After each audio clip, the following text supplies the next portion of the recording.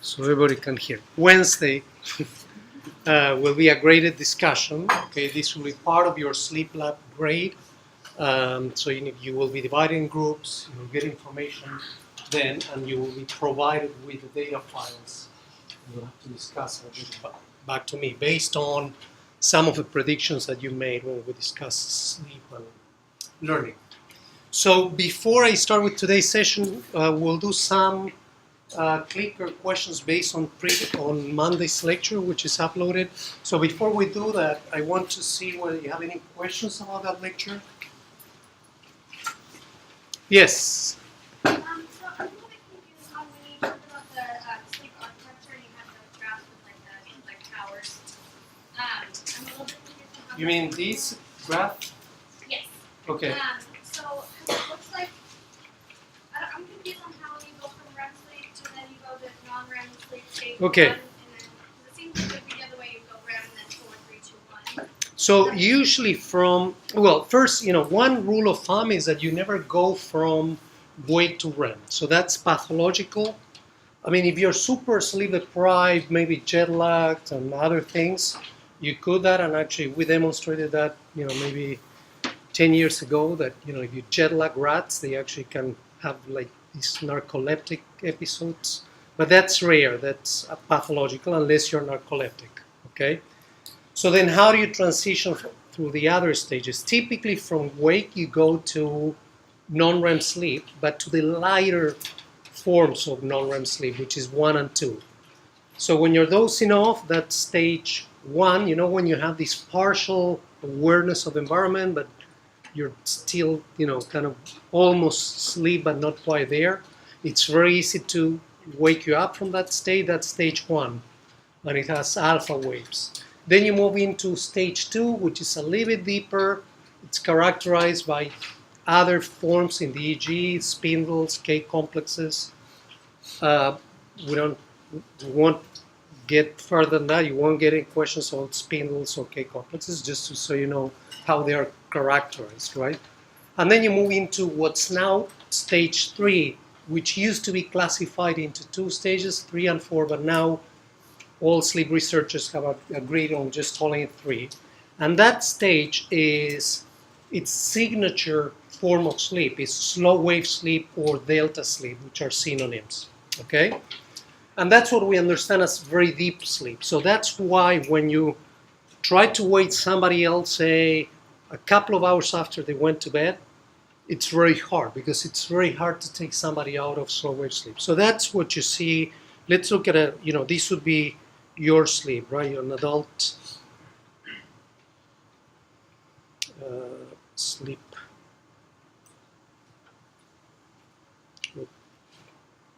Hold on.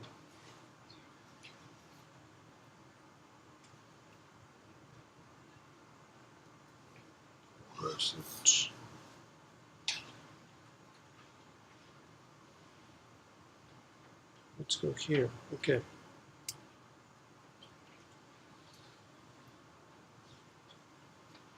Okay, so basically what you see here is that this person, right, which could be you, it's an adult, went from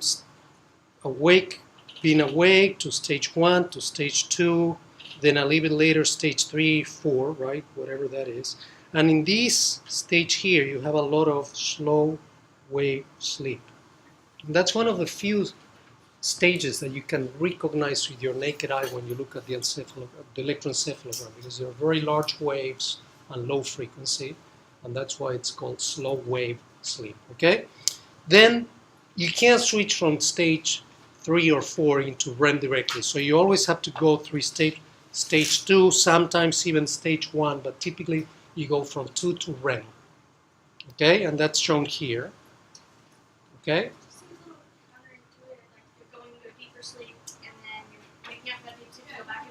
Yes, well, I don't know why they made it that way. Yeah, it is kind of counterintuitive. I totally agree. And what's no counterintuitive though is that you typically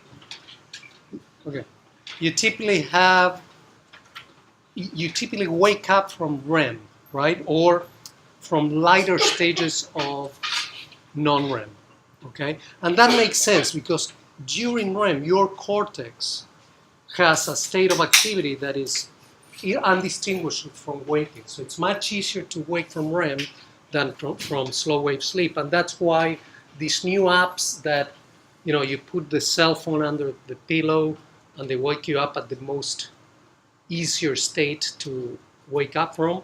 They wake you up from REM, or what they can proxy as REM, okay?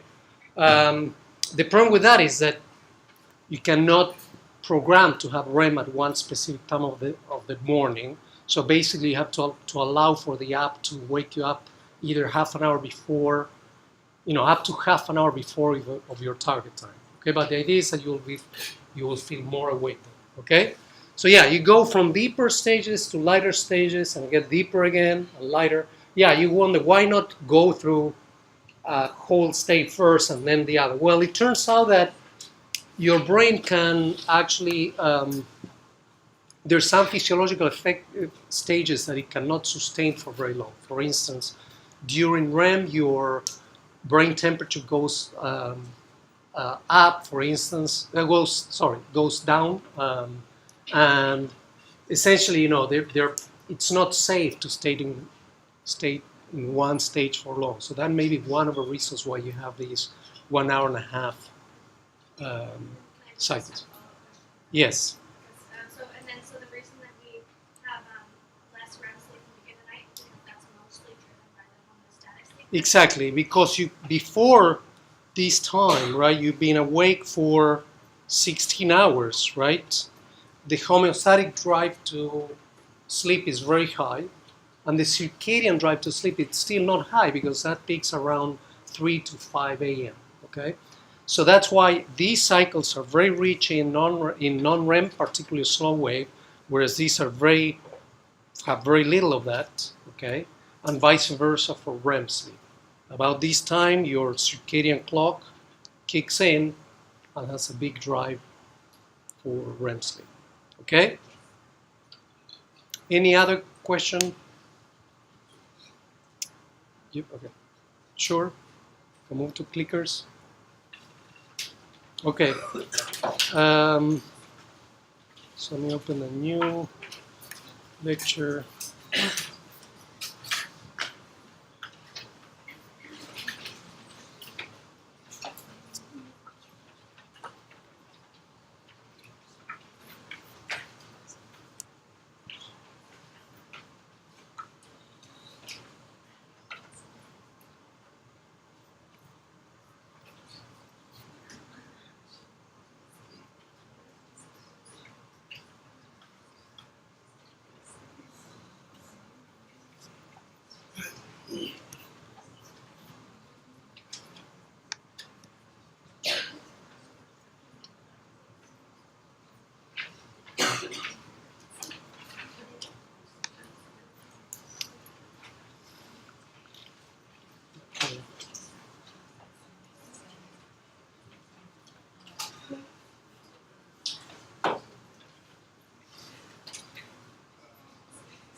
Okay, here's the first question. After an extended time of sleep deprivation, you allow yourself to sleep. This recovered sleep can either start at 10 p.m. or 3 a.m., assuming that the period of sleep deprivation lasted the same in both cases, okay? How would the sleep differ between these two situations? So essentially, what you do is you sleep deprive yourself for, in one case, 30 hours, and then you go to bed at 10 p.m., right? Clock time. And in another case, you're deprived for 30 hours, but you go to bed at 3 a.m. And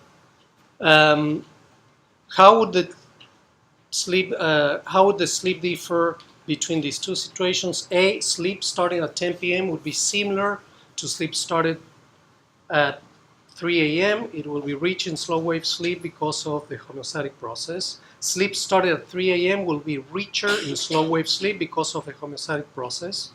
Sleep started at 3 a.m. will be richer in REM sleep because of the circadian process. And D, sleep will be very deep at both times. Okay, it's open now. Let's have a minute or so.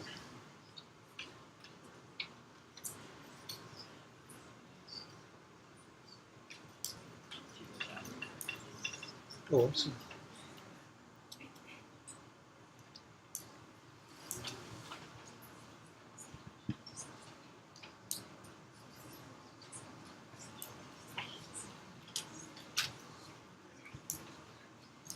Okay, I'm about to close. Yep. Yeah, if you have any questions about the experiment, this, just let me know, I can wait.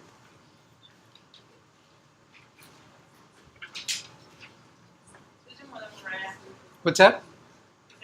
No, there's only one right answer.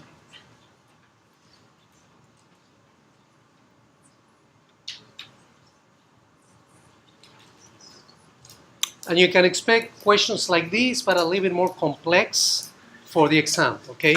For certain, you will have a question similar to this. Okay, I'm closing in 1, 2, 3, at 5, 4, 5.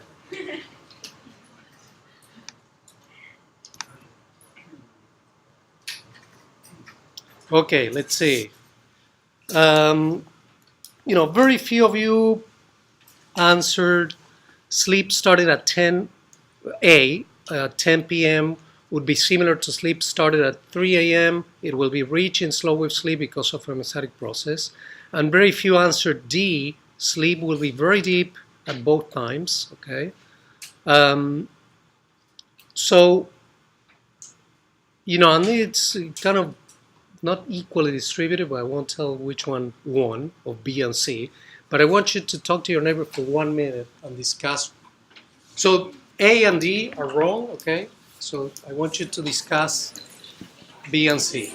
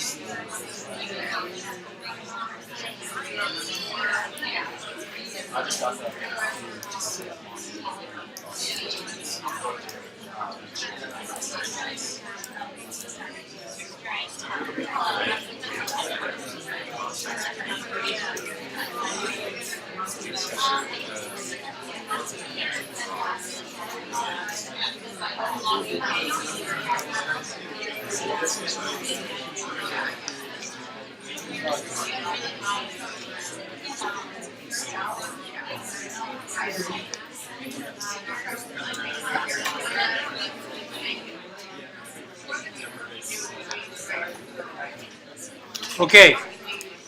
So I want you to answer again. I reopened it. Okay, and this is the real game, okay?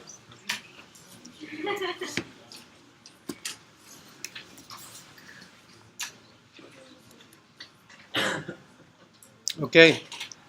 Close at 5. 1, 2, 3, 4, 5. Let's see what we get. Okay, about the same. So that didn't help too much. Okay, let's see. Somebody that answered B, can you tell me what your rationale is? Well, let me see. I'll call somebody. Steven Stabbert, are you here? Can you tell me why you think that B is right or wrong? Okay, so why do you think B is wrong?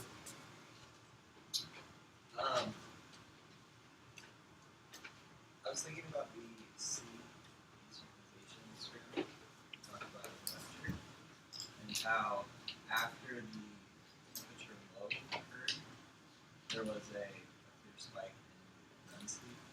Very good. And therefore, if you go to sleep at 3 a.m., what should happen?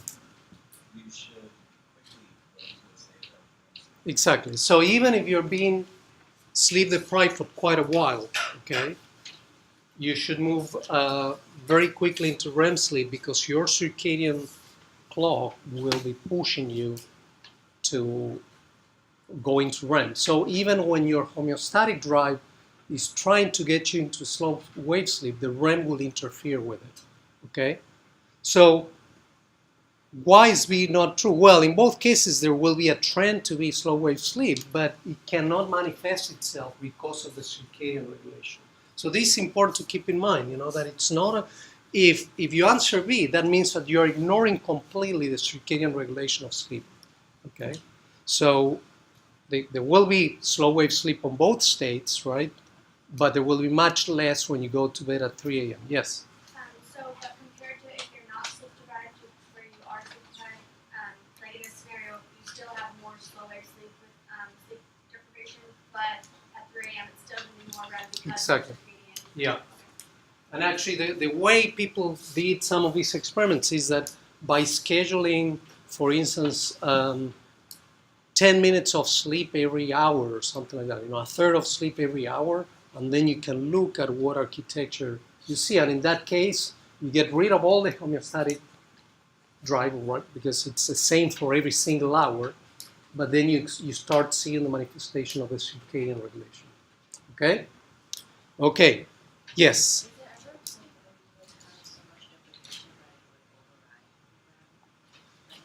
Well, if the question is if you have so much deprivation, it will override the REM. Well, the answer is if you have so much deprivation, right, you will have less REM than in a normal 3 a.m. sleep, right?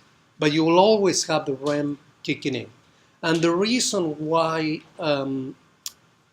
these rats that we worked on had REM sleep after wake is that because sometimes when they're jet lagged, right, they're awake, but then at some point the circadian system kicks in at a very odd time of the day, right? Which for a rat would be during the dark phase. It's almost like flying to Europe, right? And then imagine what would be 3 a.m. in Seattle in Europe, which would be about noon, right?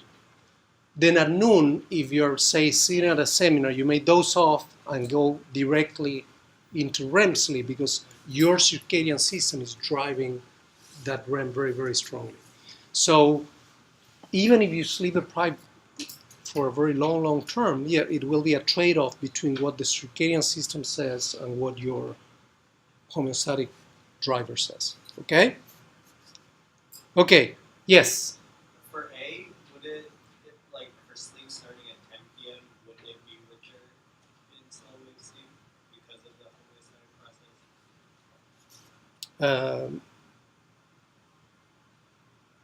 Yes, but what I'm saying it's similar. I'm not saying it's richer. So in both cases, it's rich in slow wave sleep, right? So that's not the right answer because it won't be similar. Okay. Does that make sense? Yeah. Okay. And then sleep will be very deep at both times. That's one that you can easily discard because, first of all, if you're talking technically about sleep, you rarely mention deep sleep because deep sleep is sort of a subjective perception of your sleep. We know that sleep is deeper in the sense that it's harder to wake you up when you're in slow wave sleep, but typically when sleep researchers talk about sleep, they will refer to slow wave sleep or delta sleep, not to deep sleep. Okay? Okay, so next question. In a 27-hour forced asynchrony protocol, so this is when you schedule sleep to a 27-hour period, you record sleep electroencephalographically during 2 sleep episodes. One, when the subject's minimum of core body temperature took place in the middle of the episode, and 2, when the peak of core body temperature took place during the middle of the episode, okay?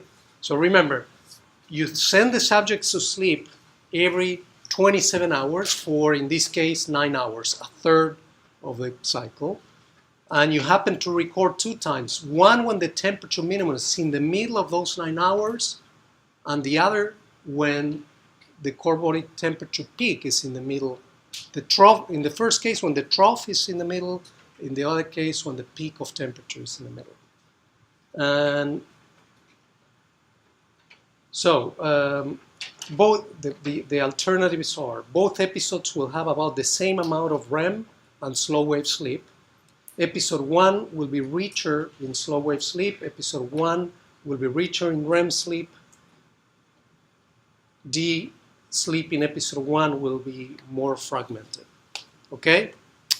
So I'll open now. Go ahead. And if you have any questions about the protocol, let me know.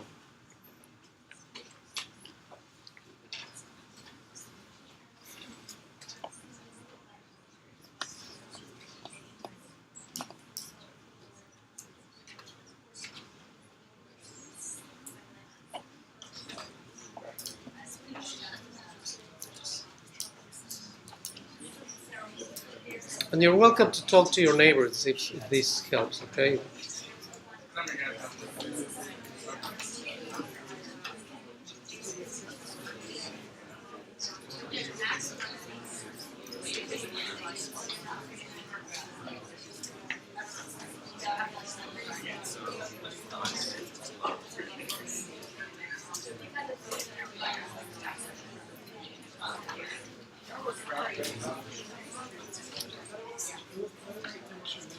Okay, so close at 5. 1, 2, 3, 4, 5. Let's see. Well, pretty good. Most of you got it. And I think, what was your name? Steve. You really gave a great tip there. So, because usually the circadian drive to sleep coincides with an extreme drive to get into REM, and at the same time with the temperature minimum. These two phenomena are always very tied together. Whenever you go through your temperature minimum, if you allow yourself to sleep, right after that you will have a lot of REM. So these episodes of sleep that you're scheduling outside of the limits of entrainment of the circadian system sometimes will fall at a phase that is pretty normal, right? That it will look exactly like a normal bout of sleep. But if you send the subject to sleep at the times when the peak of temperature is in the middle of that sleep episode, that sleep will be very abnormal. And in fact, it's going to be very hard for that subject to stay sleeping, because your spontaneous circadian rise in temperature, in core body temperature, wakes you up in the same way that the trough makes you very sleepy. Okay? Yes. But Okay. if at that point you're also at a very high homeostatic pressure, sleep pressure, would That- that make you sleep better? Yeah, but in this case, the homeostatic pressure is always the same. Okay. Remember, that's the key of the force synchrony protocol. That in this cycle of 27 hours, the waking always lasts 2/3 and the sleep always 1. So that's a beautiful paradigm, because you know that every time you send a subject to sleep, you didn't allow him or her to sleep for the same amount of time. Okay? And that's the secret of the forces. You just, that question is very important. That the idea in the force synchrony protocol is to schedule sleep at different times of the circadian phase, at different times for the endogenous circadian clock. Okay, and see how sleep changes. Okay? Okay, so these are, I didn't have time in my screencast to go over these, but these are some open questions that I find still fascinating in the sleep field. One of the things that I told you that we still don't know is what's the function of sleep, and these are some related questions to that. How, for instance, how can a giraffe sleep only 2 hours a day, where some bats sleep 16 hours? We still don't know why. What are, the needs of those different brains? Maybe a giraffe is not very smart or whatever. Maybe echolocation demands a lot of sleep. Then, we know that cetaceans like dolphins, whales, and even seals and other mammals that spend long times under the water sleep unihemispherically, which means that one half of their brain is sleeping while the other half is awake. And we actually now have some evidence that in maybe every mammal, including humans, there's local foci of sleep, so that you can use different paradigms to induce sleep locally in one region of the brain, which is something that we didn't think it was possible, at least a decade ago. We still don't know what the unit of sleep is. Maybe a single neuron can sleep, or maybe you need a circuitry with emergent properties that it's complex enough in order to generate true sleep. Okay. And then we still, one fascinating thing is that we go unconscious every single evening, right? And then wake up and our memories are still intact. We can still operate as we did the last day. And that's still something that we don't quite understand, how we can, reboot consciousness and go back to the same awake conscious state. And then dreams are one of the most fascinating mysteries, right? And as I said in another class, it's hard to know what the role of dreams because we don't have good animal models of dreaming, because we can neither ask a cat or a dog whether they're dreaming. You can ask, but they won't answer. Okay, so now we get into more. This was kind of an intro to human, because a lot of what we know of sleep is known from human studies, right? But let's go back to the history of circadian rhythms in humans themselves. And this is a photo of Michel Schiff, a French man that spent a great part of his life in caves, but like at 1, 2, or even 6 months at a time, to isolate himself from any light-dark input, any environmental input, and see what happened to his rhythms and see what happened to him. This is probably the first recording of some 24-hour periodicity from the Middle Ages. Sartorius, that you probably heard in other physiological experiments. He spent about 30 years recording his physiological oscillations. He lived in a room that was actually a balance, and you'd measure, how much he urinated, at different times of the day. He measured his temperature, and he realized that there was a very strong 24-hour periodicity. Oh, sorry. So this, I was looking at my slides here. So is that it, Cooper? Yeah. So this is Michel Schiff, and this is Sartorius in his balance. Okay, it's his scale. So he did this for 30 years, and realized that a lot of the physiology and his own behavior had a very strong 24-hour periodicity. Okay, and these are some of the things that we now know are circadian. Not just, there are a lot of things that oscillate with a 24-hour cycle, but they are not necessarily circadian. For instance,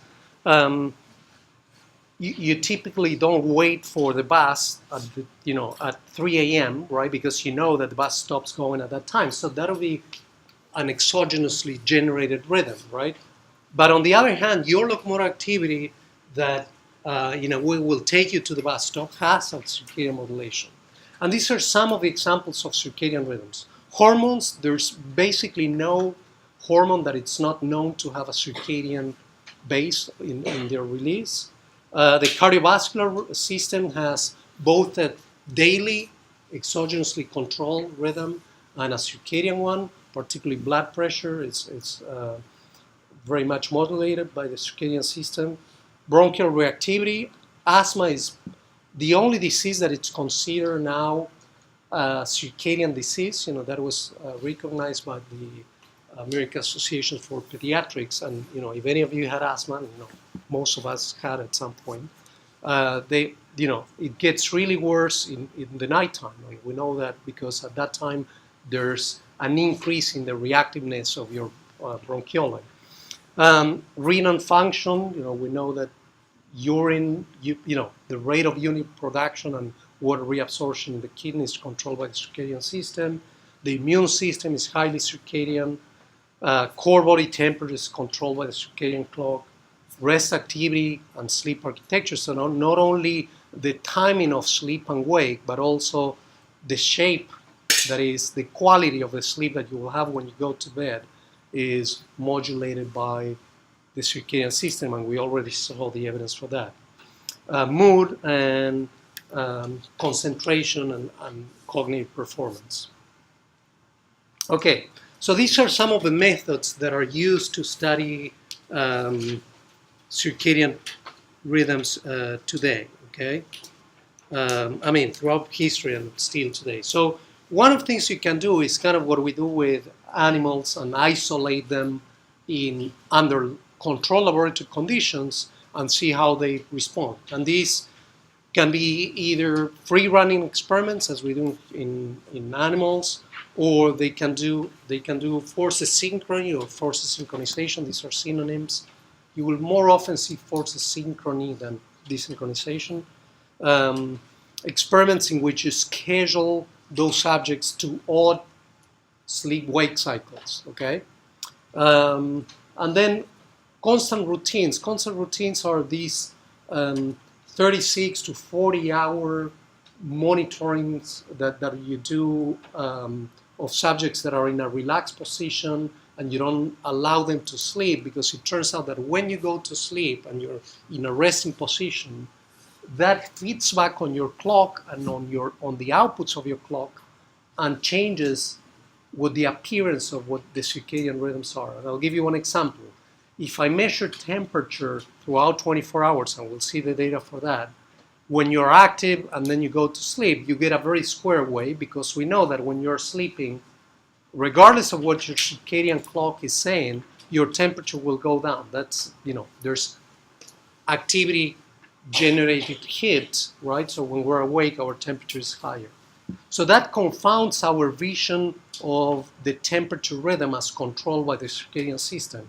So if you want to have a clear picture of what the rhythm of temperature as controlled by the circadian clock is, you need to put a person on in relaxed conditions for more than 24 hours and then measure temperature constantly. So that's constant routine. And in constant routines, you give isocaloric meals every hour, you don't allow sleeping, and essentially you make every hour as similar as you can to the other hours. And then field studies. Field studies is what you did is a field study in which we don't interfere with what you're doing in your daily life other than putting a watch on your wrist. And then we see what information we get out of that, right?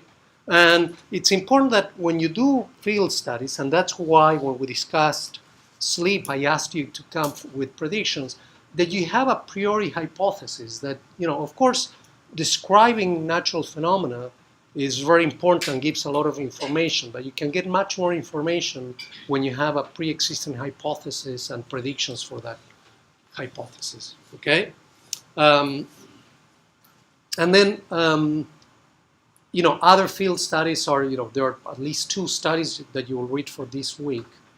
Actually, all 3 are kind of field studies, okay? So, that are on human subjects. One of them is from our lab, another one from a competing lab, and we've been fighting for a few months now.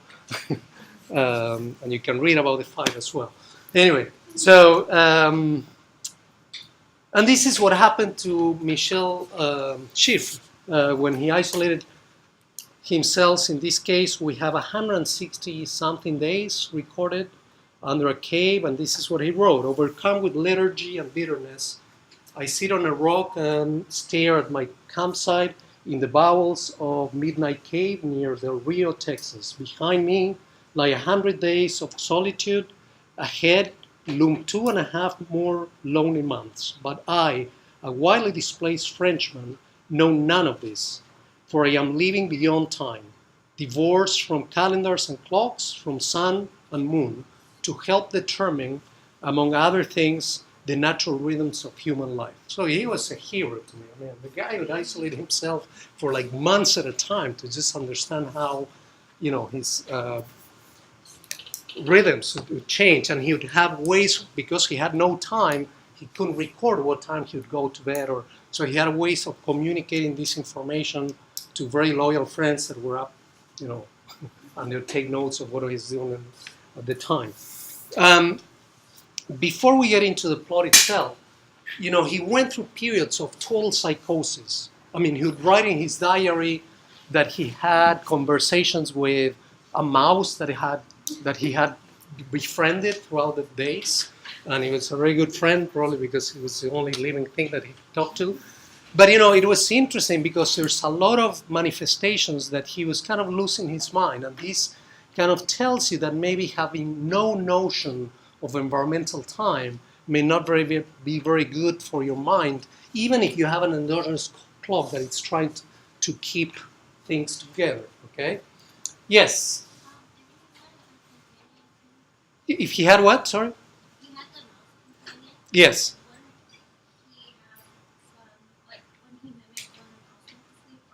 Well, yeah, maybe, but obviously he didn't, unless this mouse was also kind of, as you can see by the actogram. Okay, so let's see.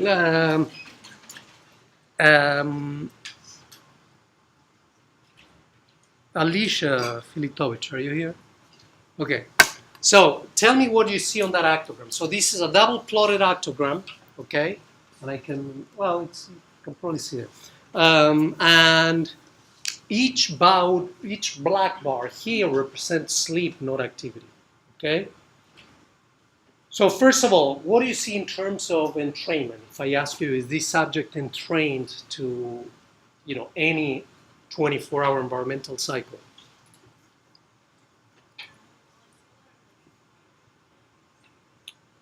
Everybody agrees with that statement? Do you see an arrhythmic pattern of activity? Okay, oh, that's very different, okay? Arrhythmic could be random activity throughout the 24-hour day, okay? And I don't see that. I see at least on the first part, right, here, it's a rhythm. And is it entrained to any 24-hour cycle? Okay, so with a period that it's longer than 24 hours. Then what happens here? Let's see.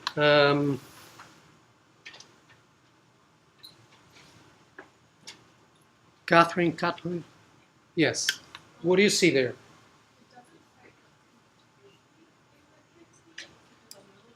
Okay. So yeah, we can see, one oscillation that looks kind of like that, but there's also kind of these big bouts of sleep, okay? And then, goes back to what looks like a true circadian rhythm, and then again through a period of this that we still don't know what it is, okay, and again back to a normal circadian rhythm. One thing that I want you to keep in mind is these very long bouts of sleep, okay, and we'll talk about that later, okay? I mean, these bouts of sleep are lasting like 16 hours. That's not normal, right, in general. We'll see why. Hold on a second. Okay, so we'll get back to those periods of weird sleep patterns.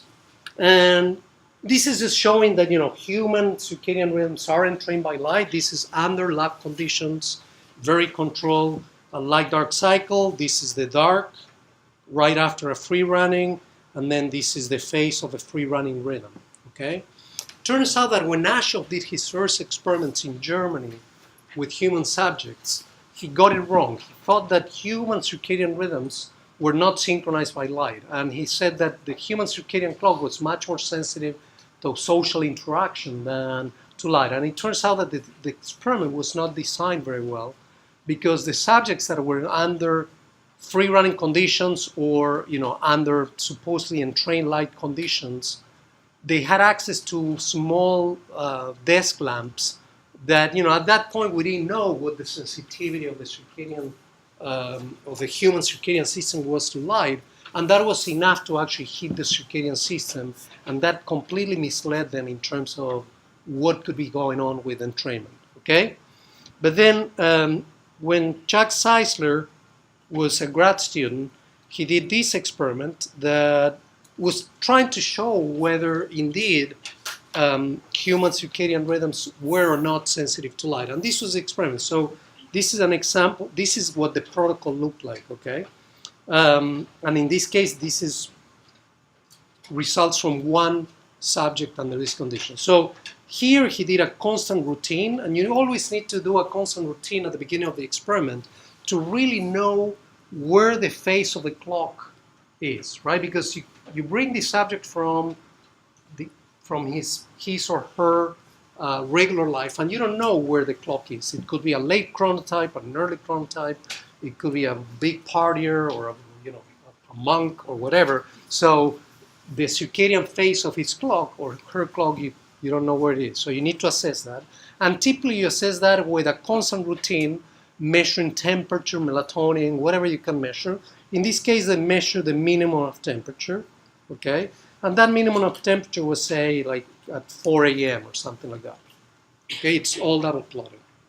And then what they did is they scheduled sleep, which are the black bars, okay, to a time which was completely out of phase with the regular sleep time of this person. So if this person was sleeping, say, from something like 10 a.m. to 6 a.m., you see that now you send them to sleep 12 hours apart from the time that they regularly go to sleep. And then at the times that they used to sleep, you show them bright light. And this is done for 3 days, okay? And then at the end of the experiment, you do another constant routine, okay? And then in the control subjects, they did several subjects, they do exactly the same, but the difference is that in this block of light, you keep them under very dim light. They are not stimulated by light, but they are socially stimulated. You still keep them awake, okay? And so this is wake too, okay? You only allow them to sleep on the black bars. So this is awake, this is awake. But the only difference is that on the bottom block, on the bottom panel, you do not stimulate them with light during what used to be their night. Okay? Everybody follows the protocol? Yep. Okay. So let's see, Kevin, Lynn, can you tell me what do you see? So what happened on the constant routine after the experiment in the top case and on the bottom case? In the top case, the growth of temperature moves to when they were. Exactly. So now this temperature minimum is in the middle of the scheduled sleep, which is about 12 hours apart from where it used to be. And what happened here? And the second, the social stimulus, it is basically. Okay. So that really showed that indeed within 3 days, if you stimulated with bright light the subjective night of these subjects, you could really shift dramatically the biological clock. And that was regardless of the social interaction, because the two groups were interacting socially at the very same time of the day. And that put to sleep the idea that the human circadian system was not sensitive to light. And in fact, one of the papers that you will read, which is from our lab, shows that very clearly, that if you go and study populations in the wild that have no access to electricity whatsoever, you see a very different pattern of sleep than the very, very similar populations that do have access to electricity. Okay? So not only it is sensitive to light, but lights that are much less intense than the lights that you have on now are sufficient to phase shift your clock. Okay? Any questions? Okay, and this is what we call internal desynchronization. It turns out what happened to Michel Seifert when he was isolated in a cave was that he would go through periods of spontaneous internal desynchronization. In the same way that you can force the desynchrony of the body, it can happen spontaneously. And in fact, it happens in most human beings that you put under constant conditions. Okay? What happens under spontaneous internal desynchronization is that the subjects get into these very weird, long-lasting sleep-wake cycles, right? And in this case, you have, 1, 2, 3, 4, 5, 6, 7, etc., plotted actogram, right? And it's just to show you how weird the period of the sleep-wake cycle is. So this is the minimum of temperature of this subject. And in these panels, you only plot the sleep for this day here, then for the next day here, for the next day here. And what you can see is that sometimes you have these periods of activity.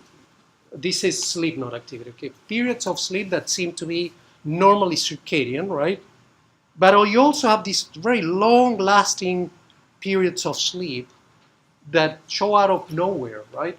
And it wasn't until Dr. Sizer lined up these bouts of sleep with the core body temperature that he recorded from this subject that he realized that every time that he sent the subject to sleep right after the peak of temperature, and of course, not every time he sent the subject, this is in for the synchrony. Every time the subject chose to go to bed right after the peak of temperature, he would have this very long, or actually about at the time of the peak of temperature, he would have very long lasting bouts of sleep. And the reason was that it was sort of hard to fall asleep, but once he fall asleep, he'd hit the minimum and then continue sleeping for a very long time. However, if the subject chose to go to bed right before the peak of temperature, he would wake up within 2 or 3 hours because this was a man, okay? His temperature got up and then he'd get up and then he'd wake up spontaneously, okay? And this was kind of interesting because, you know, we still don't know why humans get into these long-lasting wake. This period, if you measure it, has something like 36 hours, okay? And sometimes in those cycles of 36 hours, this subject will sleep 20 hours in a row, which is unbelievable. And then he will go through these periods of extremely long days without realizing that he's living an extremely long day. And actually, Dr. Sizer told me that when they finished this experiment, this was in New York, they, you know, it had been like, 2-3 months almost. So they said, well, the experiment is over, and the guy said, but it can't be because you told me that the experiment would last 3 months, and it's only been a month and a half. And he said, no, it's been 3 months. No, come on, tell me the truth. I mean, I know that it's not been 3 months because I've been counting the days, right? And he said, well, here's today's newspaper. So he showed him the New York Times, and he still didn't believe it. He said, no, it cannot be, because I know that I've been here for only a month and a half to, 2. And eventually he said, well, I will only believe you if I can call my mother and ask her what date it is. So he said, go ahead, call your mother. He called his mother and realized, but the guy could not believe that he had already been there 3 months, because he counted each one of these super long days as a single day. And Dr. Sizer also told me that he would watch sometimes this guy have breakfast, and he would spend 2 hours having breakfast, but he was having the same amount of breakfast that you'd have during a normal day, but everything was very, very slow paced and spread out into a 36-hour day. Okay? And there's more research on that, on how time estimation is kind of deranged by circadian desynchronization. Yes, deranged. I think this was a college student. I'm not positive, but the reference is there. We can check it. But this happens, basically to most. It may be even easier in older people because the circadian system is a little bit less robust. Okay, and this is, what we just talked about last week, forced asynchrony. In this case, the forced asynchrony protocol has, instead of, let's take a short break before we continue so I don't overload you.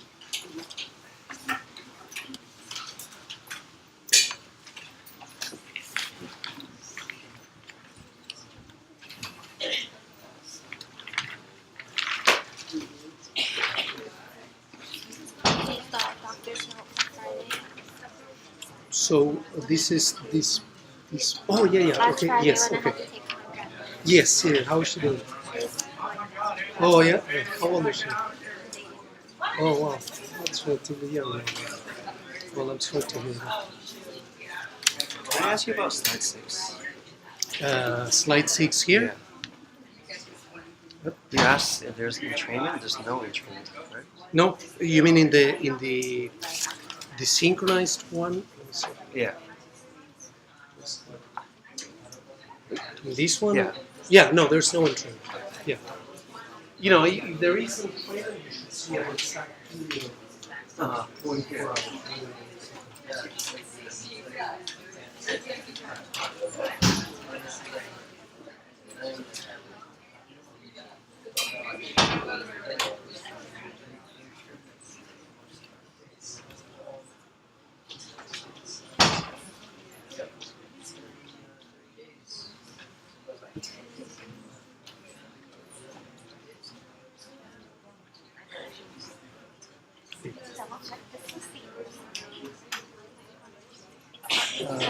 Yes. Yeah.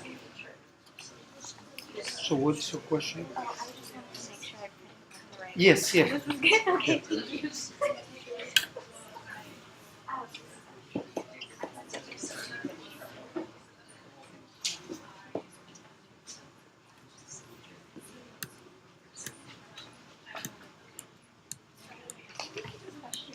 About the previous This I one? was, yeah, Yeah. wondering why the bouts of the really long sleep, they seem to come really rhythmically. Yes, and that's a good point because if you think about a cycle of 36 hours, right? And on top of that, you add a cycle of, say, 24.5, whatever the free running rhythm is, okay? Sometimes they will be in one phase and sometimes they will be out of phase, but they come in and out of phase with a predicted period. That's a very good point. So the longer bouts would be out of phase and the regular would be in phase. The longer bouts to be out of phase, exactly. And yes, yeah, the ultra short ones are out of phase, and the super long ones are out of phase, and the ones that are kind of in the middle are the times when he happens to go at the right circadian time. Okay.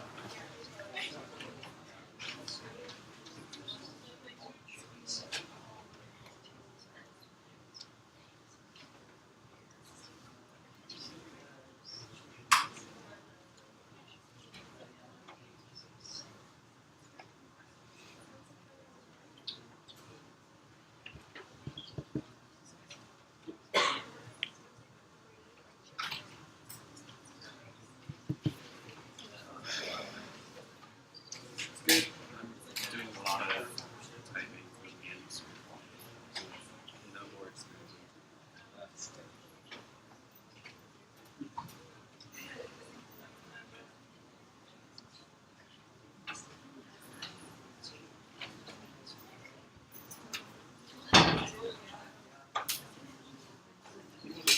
Sorry.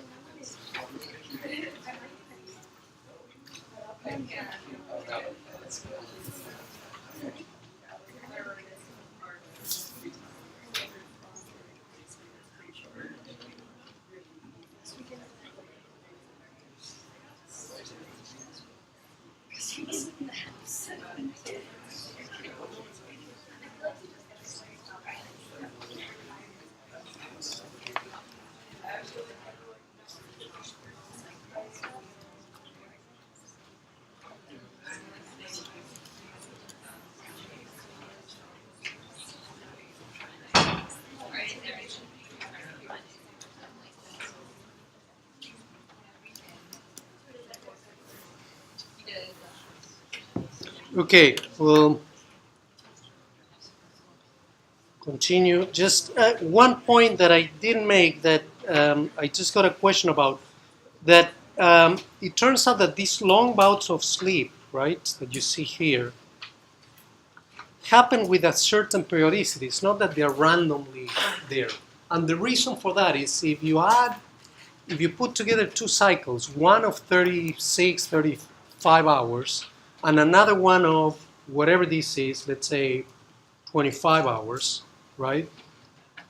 Sometimes it will be in one phase relationship and sometimes it will be in a completely opposite phase relationship. And this will be repeated. Imagine two sinusoidal waves with different periods. Sometimes it will be in phase, right, if you have this. And then you overlap to that something like that. Sometimes it will be in phase, sometimes it will completely out of phase, right? And that's what happens with these two periodicities, the sleep-wake and the endogenous circadian oscillation in temperature and other variables, okay? And in fact, that's the secret again of the forced asynchrony protocol, where instead of letting the subject desynchronize spontaneously, you schedule the sleep-wake cycles in such a way that they're outside of the limits of entrainment. And the other example that we talked about in the previous lecture was a 28-hour forced asynchrony protocol. In this case, it's, remember, this is synonym of forced asynchrony. In this case, this forced asynchrony protocol has a period of 22 hours. Okay? It's shorter than 24. And it doesn't really matter as long as it is outside of the limits of entrainment. And let's see.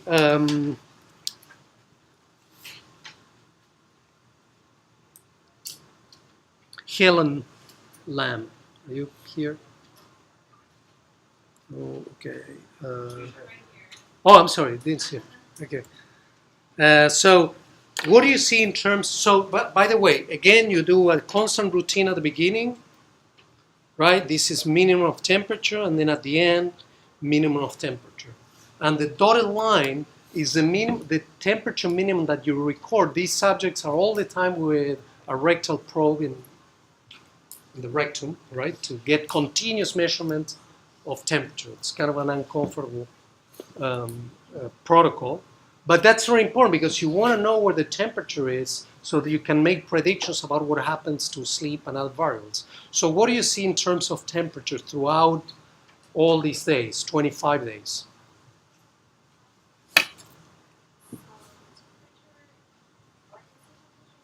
Yeah, what is the period of the temperature? In other words, relative to the period of scheduled sleep, which are these black bars. Okay, so this is more than 24 hours, right?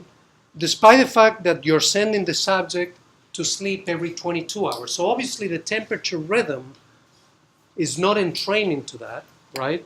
And that's a good reflection of what your circadian clock is doing, okay?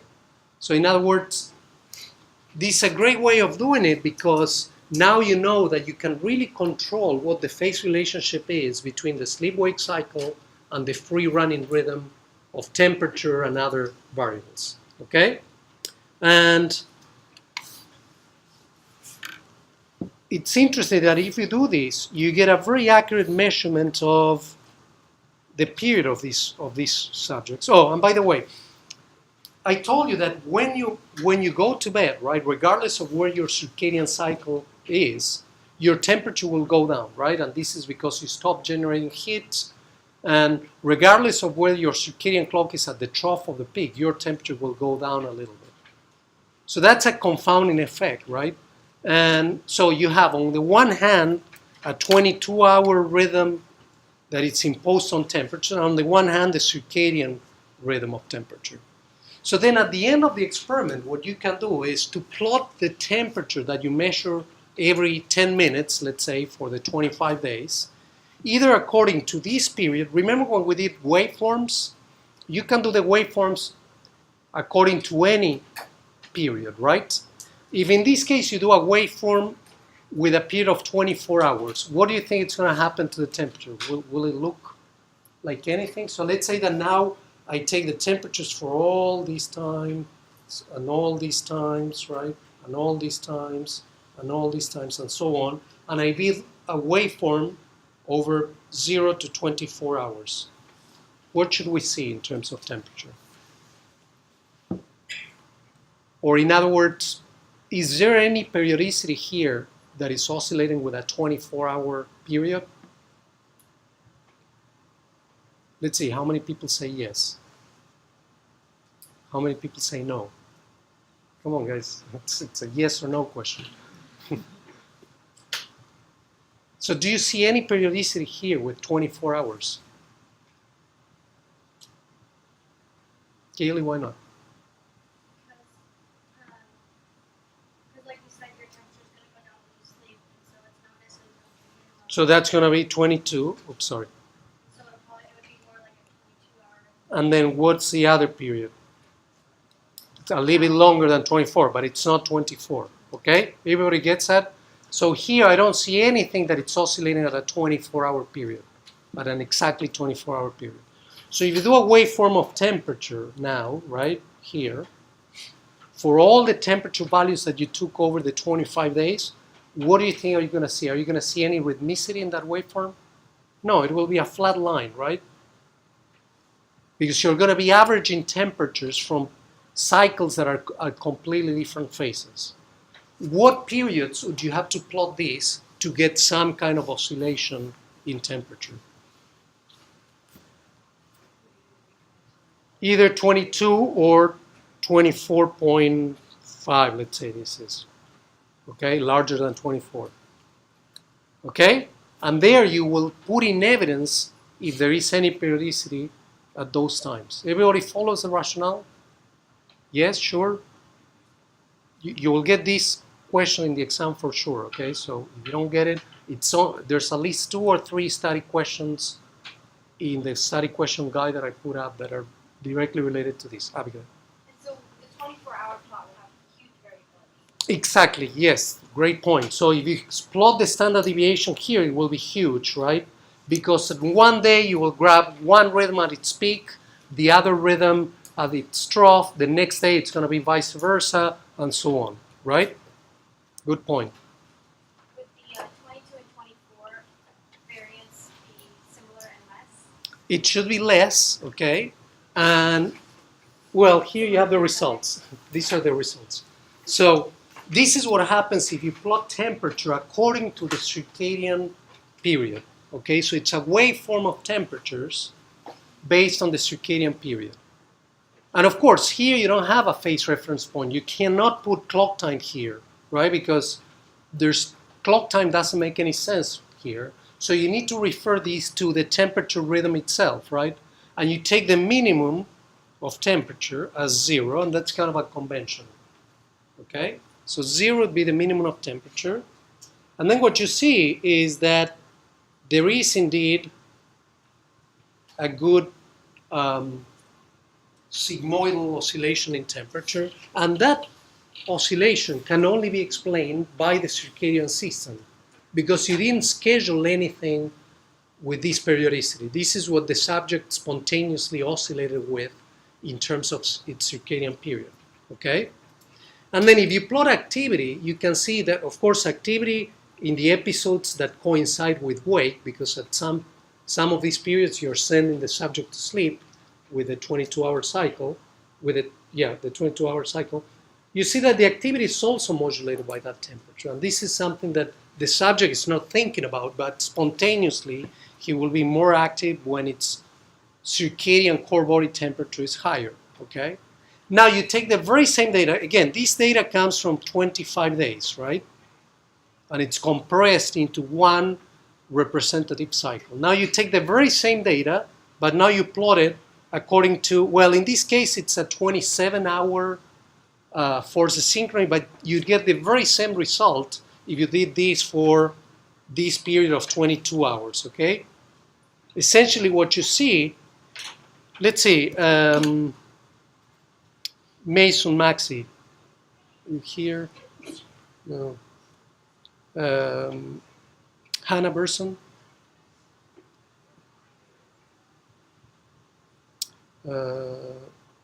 Meenakshi, are you here?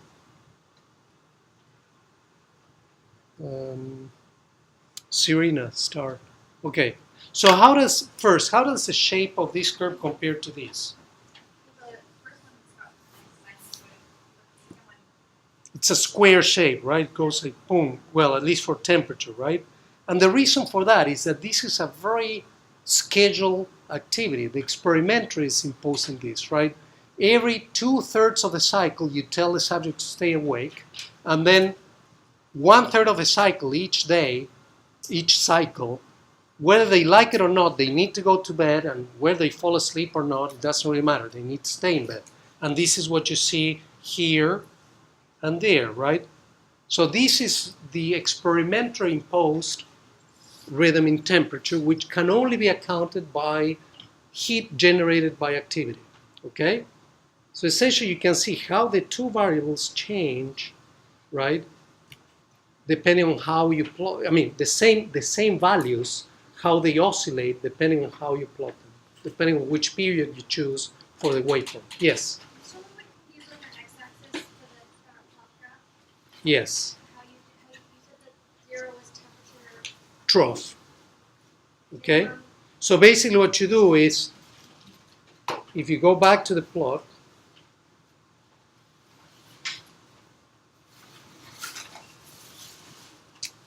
sorry, don't mess.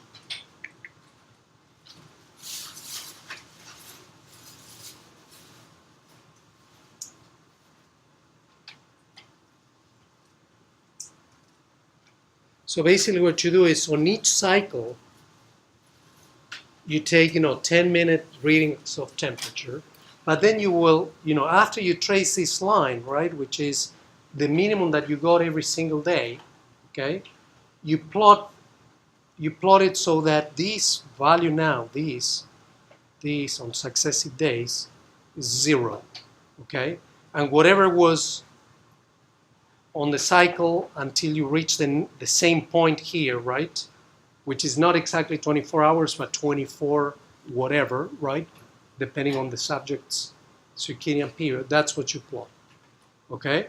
And that's the axis here, which is in degrees, because you can't refer it to any real time, right? You could also do it as percent of the circadian cycle, maybe, or some other, or hours, but circadian hours, okay? So like essentially 1 would be 1 hour like after the temperature minimum. Yeah, or yeah, exactly. If you did it in hours, it would be an hour after the temperature minimum. And in this case, it's 360 divided 24. That would be 1 hour. Okay? Okay. So interestingly, if you use force asynchrony protocols, and this was, another of the great contributions of the Sizer lab, which is what is more reliable in terms of measuring the circadian period of humans. It turns out that because of force asynchrony, typically what happens is that free running, not force asynchrony, because of the spontaneous asynchrony, free running conditions are a very bad way to measure the period of the circadian clock in humans, right? Because when you're going through this period of 36 hours, that actually affects, whether you like it or not, the period of the temperature rhythm of the circadian period of the temperature rhythm, okay? So what they did in this experiment is they had some subjects that they scheduled to a, let's see, 20, so one is 28 hours, the other one is 20 hours, and actually the one I showed you before, I said 22, but it's 20, it doesn't really matter. You will get the exact same result, except that the period will be 20 instead of 22. So this is 20 hours, this is 28 hours, and this is free running, okay? And then what they did is they measure sleep. Of course, in the free running subject, you can't control when they go to bed and when they wake up, so you get these more erratic patterns of sleep, okay? Some of those long bouts that we saw before. Whereas in the other two protocols, you don't allow the subject to sleep at other times than scheduled sleep. So you have here, this is the scheduled sleep for this, and here, this is the scheduled sleep for that. And then you measure temperature, okay? And let's see.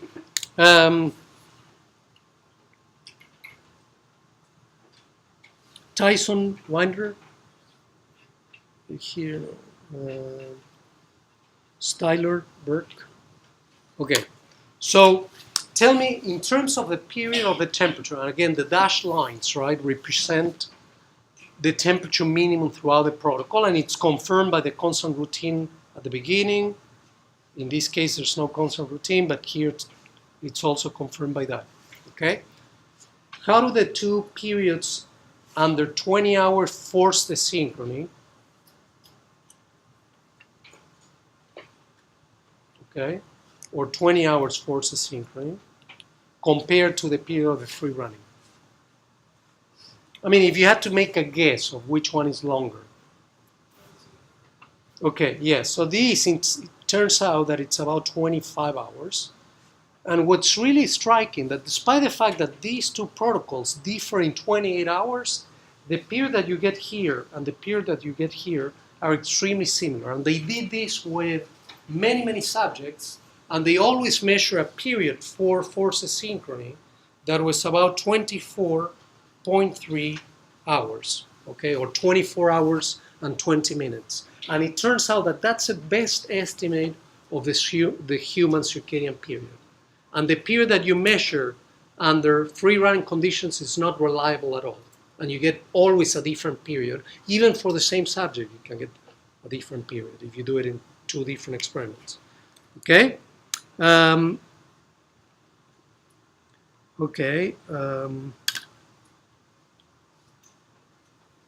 why, one of the things, of course, forces synchrony is a super interesting protocol because it allows you to learn a lot about the human circadian physiology, but there's a lot of implications of desynchrony. It turns out that most of the diseases associated with circadian rhythms are associated with a misalignment of the circadian rhythms, that is, an internal desynchrony. And I'll give you some examples of that. So if you live under different temporal challenges, like shift workers, chronic jet laggers, not only have acute manifestations of disease, but also long-term effects of that internal desynchrony. In fact, if you look at shift workers, for instance, women shift workers among nurses, and you compare them to nurses that have been doing the exact same job but did not do shift work, they have about a 50% higher probability of breast cancer than the ones that did not shift work. Okay? And it turns out that that probability increases if you add more and more years of shift work in the history. Okay? Same for jet laggers, like flight attendants, pilots. But in that case, there are more confounding effects because there's radiation and other things that happen when you fly on a jet. People living under temporal isolation, for instance, submariners in the U.S. live under an 18-hour shift day, or 6 hours, 6 hours, 6 hours, and we'll see how that affects them. Totally blind patients, you already seen that totally blind patients are free running. You saw that in the paper that you read for last week. And it turns out that those patients, some days they're going to bed at a normal time for their circadian system, but other days they're going to bed at a completely out of phase time for their circadian system. And that, of course, affects their physiology. So they are in a constant state of desynchronization. Okay? It's very similar to what happens to an spontaneously desynchronized subject. Patients with seasonal affective disorder are typically internally desynchronized, and in fact, many psychiatrists think that the internal misalignment of your circadian rhythms that happens in the short winter days, it's actually what causes seasonal affective disorder or winter depression. They're synonyms. We'll see also some evidence from the University of Washington on this. And then, other pathological states that are not necessarily directly related to the circadian system are typically associated with circadian misalignment. And now there are more and more disease states that are emerging from people that are chronically misaligned. This is just one example, just to get a sense of how important it is to use the constant routine to determine what the true temperature oscillation looks like. So this is if you measure temperature in a subject under their normal day of activity, okay, with the very same probe, the same subject, okay, and this is what you get in a constant routine, right? So again, here you can see the effect of the normal activity during the day. You get a much more square wave, right, when you let the subject live under its his or her normal conditions than when you just sit them down, keep them in a relaxed position for 30-something hours without any behavioral or external confounds, okay? So this is the constant routine. Remember, you use isocaloric meals, a relaxed position, you do not allow sleep, and you keep the subjects in a very relaxed and quiet form. Just one. And this is, the evidence. This is David Avery. It's a psychiatrist here at University of Washington who's been studying seasonal affective disorder for many, many years. Seattle has the highest incidence other than some cities in Alaska of winter depression in the U.S. And this is because our winters have very short photo periods, very few hours of light per day. And what he noticed is if you measure temperature, in control or SAD patients, what you see is that the SAD patients have a delayed circadian phase of entrainment. Okay, and we'll see how that, in fact, is one of the factors that makes your mood go down. Okay, so we'll finish with the last few slides next class, which is Wednesday. Remember, Monday we don't have a class, and then we'll discuss your own results. Okay, enjoy the long weekend.